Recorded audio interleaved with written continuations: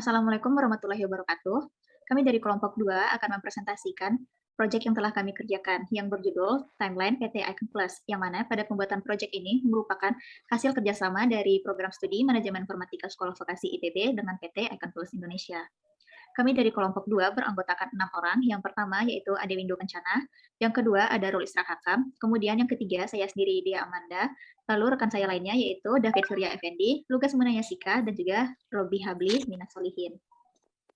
Yang pertama masuk ke dalam deskripsi sistem. Sistem timeline di PT Icon Plus adalah sistem yang dibuat untuk memberikan solusi atas permasalahan yang dialami pegawai di PT Icon Plus, yang mana saat ini merasa kesulitan saat menggunakan sistem informasi yang telah ada sebelumnya. Kemudian kami membuat sebuah sistem informasi timeline baru yang berbasis web. Untuk pengguna pada sistem ini dibagi menjadi 4 role dengan 4 jabatan. Yang pertama yaitu role dengan jabatan sebagai direktur. Fitur yang tersedia dari jabatan direktur yang pertama yaitu dapat melakukan edit profil, selanjutnya dapat melakukan CRUD pengguna, CRUD program, CRUD proyek, CRUD monitoring, CRUD weekly report, dan juga dapat melihat grafik yang ada pada dashboard. Kemudian role yang kedua dengan jabatan sebagai manajer lebih kurang memiliki fitur yang sama dengan direktur, namun pada role manajer tidak dapat melakukan CRUD terhadap pengguna. Lalu jabatan yang ketiga adalah supervisor. Apabila user login sebagai supervisor, maka fitur yang dapat digunakan yaitu edit profil, melihat grafik pada dashboard, melihat program dan proyek yang telah dibuat oleh direktur dan manajer, dapat melakukan CRUD monitoring, serta dapat melakukan CRUD terhadap weekly report. Kemudian role yang terakhir dengan jabatan sebagai karyawan, fitur yang tersedia yaitu edit profil, melihat grafik pada dashboard, melihat program dan proyek yang telah diinputkan oleh direktur dan manajer, melihat data monitoring yang diinputkan oleh supervisor, serta dapat melakukan proses CRUD terhadap weekly report. Dengan adanya sistem timeline yang kami buat ini, diharapkan dapat membantu dalam proses penjadwalan proyek di PT Icon Plus. Kemudian tujuan dari dibuatnya sistem ini, yang pertama untuk menggambarkan secara detail dan menyeluruh mengenai kebutuhan sistem timeline di PT Icon Plus yang akan dikembangkan. Tujuan yang kedua sebagai pedoman kesepakatan antara pihak pengembang dan pengguna. Tujuan yang ketiga untuk menggambarkan perancangan sistem timeline di PT Icon Plus yang dikembangkan berdasarkan spesifikasi kebutuhan perangkat lunak yang telah dibuat sebelumnya. Tujuan yang keempat untuk mendefinisikan arsitektur rinci di sistem timeline PT Icon Plus. Tujuan yang kelima sebagai acuan dalam pengembangan sistem timeline di PT Icon Plus. Tujuan yang keenam menjadi referensi apakah sistem timeline di PT Icon Plus telah memenuhi deskripsi perancangan yang telah ditetapkan sebelumnya atau belum. Kemudian tujuan yang terakhir sebagai panduan dalam pengujian yang dilakukan. Selanjutnya untuk demo sistem akan disampaikan oleh teman-teman saya. Yang pertama disampaikan oleh Ade Windu Kencana. Kepada Ade Windu, waktu dan tempat saya persilakan. Terima kasih Saudara Dea. Oke, langsung saja. Berikut ini adalah tampilan dari login Timeline Icon Plus. Untuk dapat login ke dalam sistem, user harus mengisikan username dan juga password. Jika user lupa password, maka user dapat mengklik link lupa password. Dan akan langsung diarahkan ke API WhatsApp dari admin Timeline Icon Plus. Untuk mendapatkan password yang baru, user harus menghubungi admin karena akun dari user yang membuat adalah admin. Selanjutnya, saya akan login ke dalam sistem manager.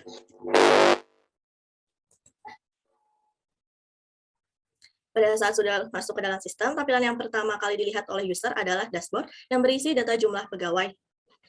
Lalu di sebelah kiri terdapat sidebar yang berisikan logo, foto profil, nama user, jabatan, fitur dashboard, program, proyek, monitoring, dan juga laporan mingguan.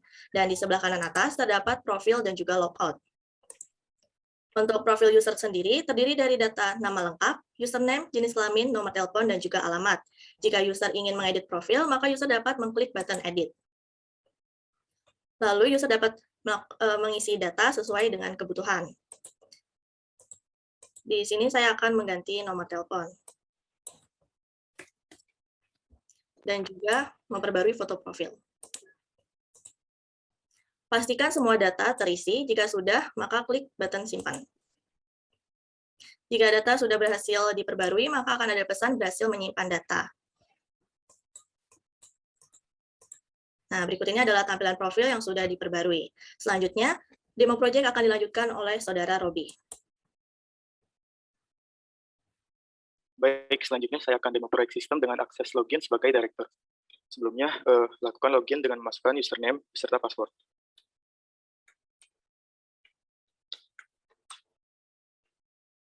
Untuk direktur memiliki hak akses yang sama dengan admin, yaitu dapat mengakses menu user, program, proyek, monitoring, dan laporan mingguan, di mana pada semua menu tersebut, direktur dapat melakukan proses create, read, update, dan delete data. Untuk saat ini saya akan mendemokan salah satu CRUD pada menu user. Untuk melakukan tambah data user dengan mengklik tombol button tambah user yang berada di pojok kanan atas. Selanjutnya masukkan nama lengkap dari karyawan yang akan dibuatkan usernya.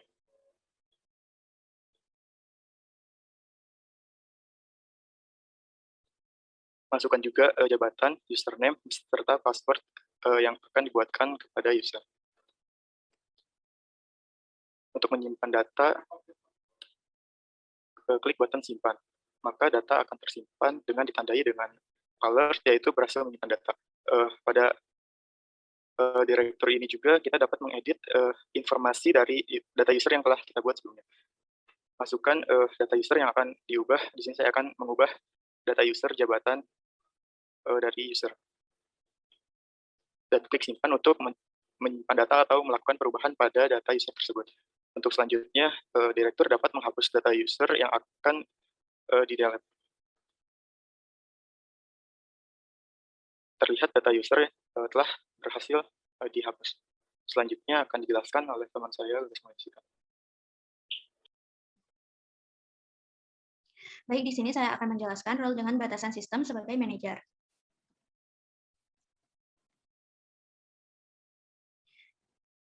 Untuk aktor manajer memiliki fungsi yang hampir sama dengan direktur, yang membedakan adalah manajer tidak mempunyai fitur untuk CRUD user. Di sini terdapat menu untuk program. Ketika kita menambahkan program, maka kita dapat menginputkan yang pertama adalah nomor surat. Kemudian kita dapat menginputkan perihal, kemudian adalah tanggal, nama program, divisi dari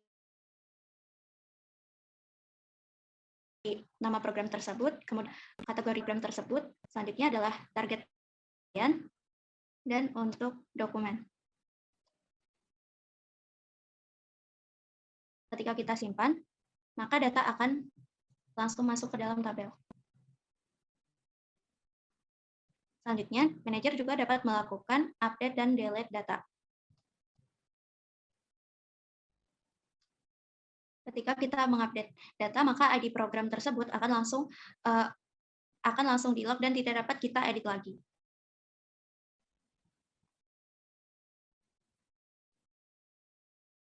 Dan manajer dapat melakukan delete untuk data program. Selanjutnya adalah proyek. Di sini proyek memiliki banyak fitur. Yang pertama adalah tambah proyek. Kita dapat menginputkan PIC, kemudian tanggal awal dari proyek, tanggal akhir, kemudian durasi, dan nama program. Nama program di sini akan langsung otomatis terpilih berdasarkan data yang sudah diinputkan pada tabel program.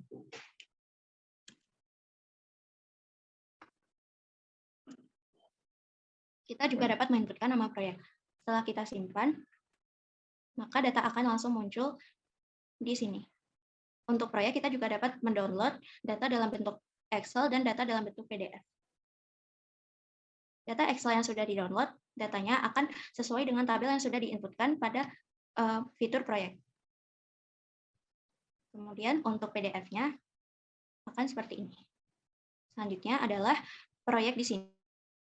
Ini dapat dilakukan edit dan delete seperti fitur-fitur sebelumnya, dan yang membedakan dengan fitur yang lainnya adalah dapat melakukan CRUD untuk tim yang akan bergabung pada proyek tersebut. Di sini nama akan diambil berdasarkan user yang sudah diinputkan oleh direktur. Dan ID proyeknya maka akan sesuai dengan ID proyek yang sudah kita pilih sebelumnya. Maka timnya akan masuk ke dalam tabel ini. Kemudian ketika kita ingin menghapus anggota dari proyek tersebut, maka kita dapat melakukannya langsung pada button ini, anggota. Selanjutnya akan dijelaskan oleh David. Baik, selanjutnya saya akan menjelaskan mengenai login sebagai supervisor. Sebagai supervisor, itu memiliki batasan terhadap fungsi-fungsinya. Yang pertama itu dia tidak dapat membuat akun user. Yang kedua itu supervisor tidak dapat membuat program, hanya dapat melihat program. Selanjutnya pada proyek, supervisor juga hanya dapat melihat proyek yang telah dibuat oleh direktur atau manajer tadi. Supervisor ini memiliki fungsi yaitu sebagai monitoring terhadap proyek yang telah dimasukkan dan juga dapat melihat dan memasukkan laporan mingguan terhadap proyek yang sedang dikerjakan. Seperti ini, monitoring akan saya tambahkan monitoring dengan ID proyek yang sudah ditambahkan oleh karyawan tadi, yaitu PY001. Kita masukkan tanggal monitoringnya dengan durasi kerja proyeknya berapa, progresnya sudah berapa, catatan untuk proyeknya ada apa, dan kendalanya misalnya.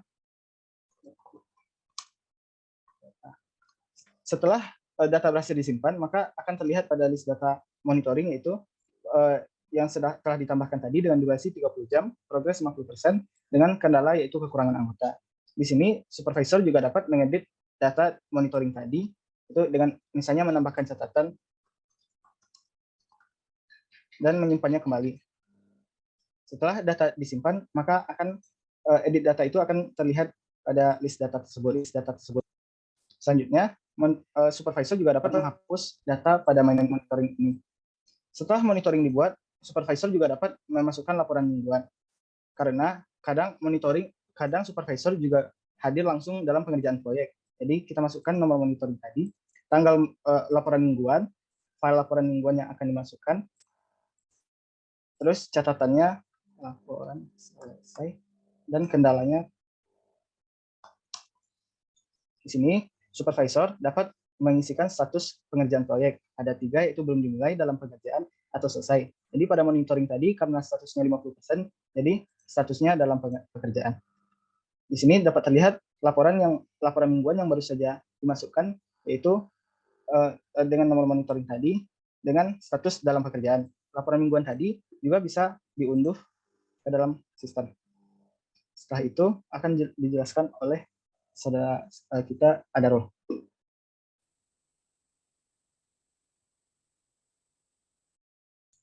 Baik, terima kasih Saudara David.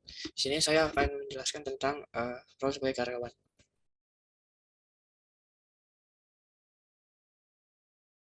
Di sini saya sebagai karyawan hanya bisa melihat data jumlah pegawai, hanya dapat melihat program, proyek, monitoring. Nah, di sini karyawan hanya bisa menambahkan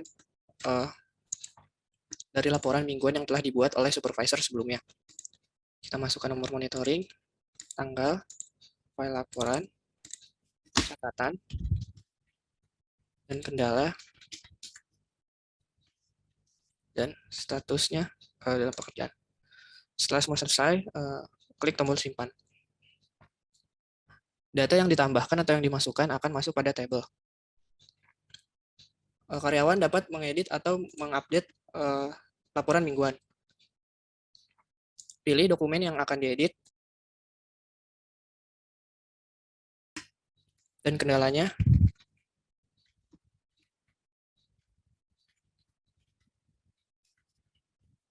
Dan status pekerjaan dalam pekerjaan. Setelah itu klik tombol simpan dan laporan yang tadi telah diupdate akan muncul kembali di tabel yang sudah dibuat. Selain itu, karyawan dapat mendelete laporan mingguan yang telah dibuat. Dan akan muncul alert apakah kita yakin untuk menghapus laporan mingguan ini. Itu saja dari role karyawan. Selanjutnya saya lanjutkan kepada Dea Amanda. Baik, terima kasih kepada rekan-rekan saya yang telah melakukan demo project. Mungkin sekian yang dapat kami sampaikan pada video kali ini. Kami mohon maaf apabila ada kesalahan dan kekurangannya, dan ingin mengucapkan terima kasih atas waktunya yang telah diluangkan untuk melihat project kami ini. Sekian dari kami. Wassalamualaikum warahmatullahi wabarakatuh.